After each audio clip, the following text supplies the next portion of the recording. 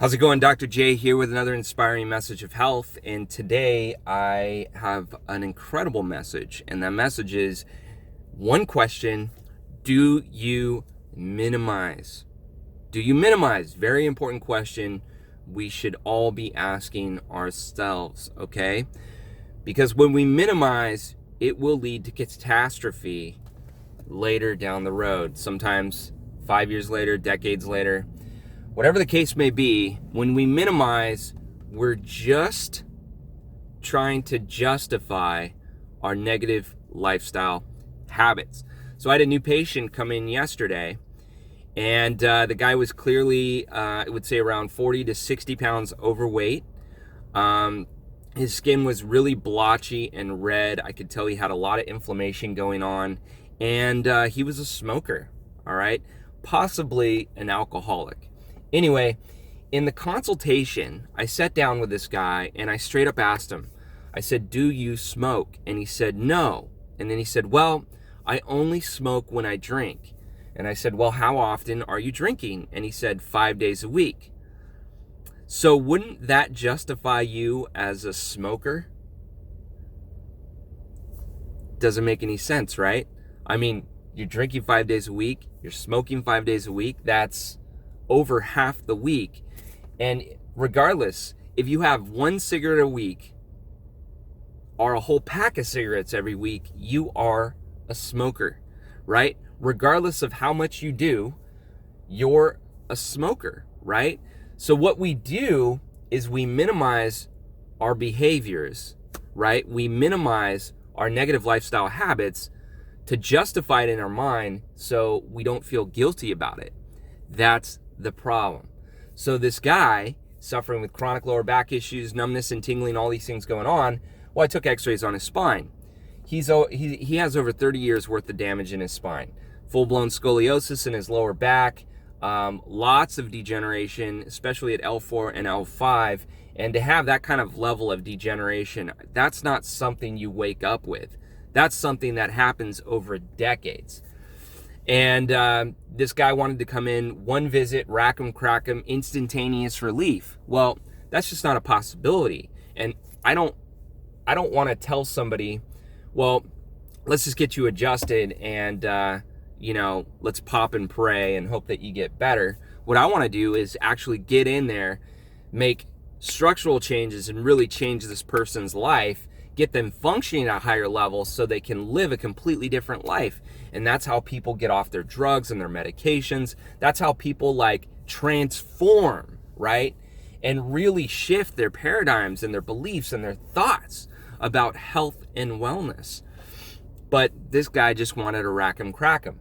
And mainly, he had Medi-Cal, and we don't take Medi-Cal. I would never take Medi-Cal. It's not the best insurance in my opinion.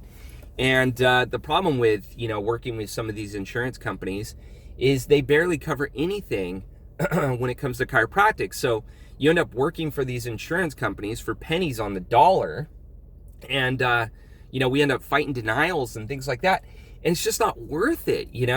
And then the patient gets robbed of the care that they truly need because the insurance company is coming back and saying, oh, you can only see this person for X amount of visits. We're only going to pay you for this, that, and the other thing. You can't do that. We're not going to pay for that. And so it oftentimes will strap the doctor in these golden handcuffs of what the doctor can do.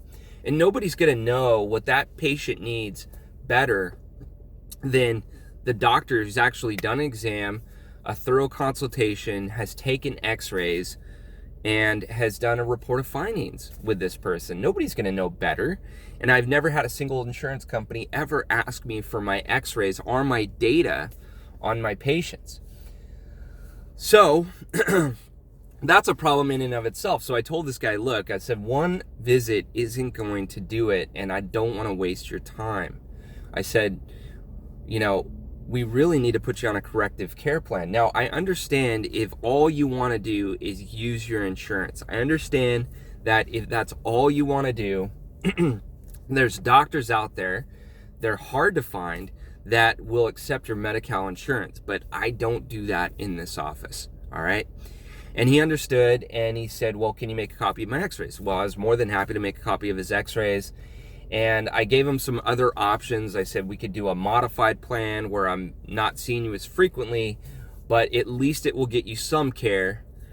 And he said, well, I need to go home and talk to my wife. And I said, that's fine. I like to talk things over with my wife too. And I said, look, our doors are always open for you. I'd love to help you out. But I said, in reality, you got to lose weight. Okay, the smoking isn't helping your situation. I said, you know what those cigarettes do is they rob your body of oxygen. So wherever the weak areas are in your body, imagine if they're not getting the proper blood flow and oxygen flow, those tissues are going to become very unhealthy and very unstable, and you're not going to have the proper support that your body needs because you're literally robbing those tissues of oxygen. I said, smoking's a terrible habit, right? And, he understood it. So hopefully I planted seeds in this guy's mind. But what I thought was interesting is how we tend to minimize bad habits in our life and we make them not as bad. So for some people, maybe it's not smoking. Maybe it's like, you eat like 10 cookies at night and these cookies are bad despite whether it says organic on the box, and you eat a bunch of cookies right before you go to bed, or you have a bowl of ice cream every night before you go to bed, or you get home and you have a couple glasses of wine every night, or every morning you go to Starbucks and you get your mocha crappa latte, and you get that rush of fake energy, so you feel a little bit better, but and then you justify it in your mind, and it's like, well, it really can't be that bad. Well, I'm telling you what, down the road it is, because slowly poisoning yourself on a daily basis adds up to a heck of a lot of poison down the road. And the whole time we've been justifying it. Then all of a sudden, decades later, we get that devastating diagnosis and we wonder why. Well, it's really obvious at that point, right? We've been slowly poisoning ourselves, and boom, we get the devastating diagnosis, whether it's cancer, heart disease, or diabetes. Now, the reason I could talk about this is because I do it too. We all minimize to a certain extent.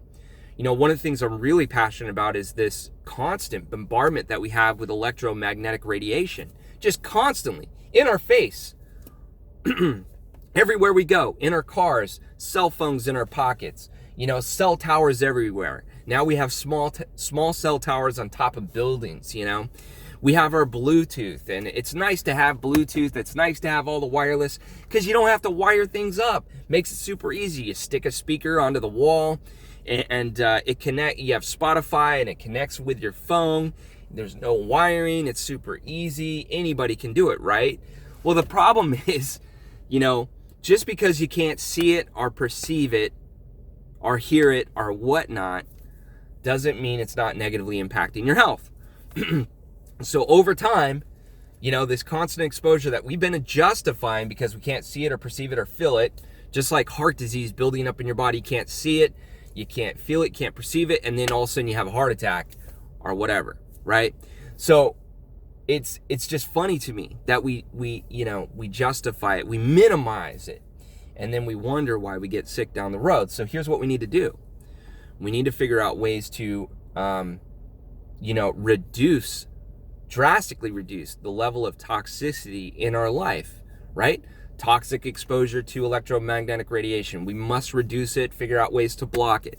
That's why I took a very proactive approach with it, especially with the birth of my daughter. I spent about $1,500 on different devices and things and wiring to be able to get rid of the Wi-Fi in my home, wire up my internet. Also simple things like turning my cell phone to airplane mode. I got a little sticker on the back of my cell phone now called a Zuby, which is supposed to reduce the intensity of the radiation coming out of the back of the cell phone where the antenna is. So, I took a proactive approach. Now, other things I do in my life that aren't so good that I justify, is I eat bad foods. I like dessert, man. I grew up in a household where we had dessert after dinner every night. Stacks of Oreo cookies into a big glass of cow pus. That was my favorite dessert. And so, these bad habits have been ingrained in me for so long, they're very, very hard to break.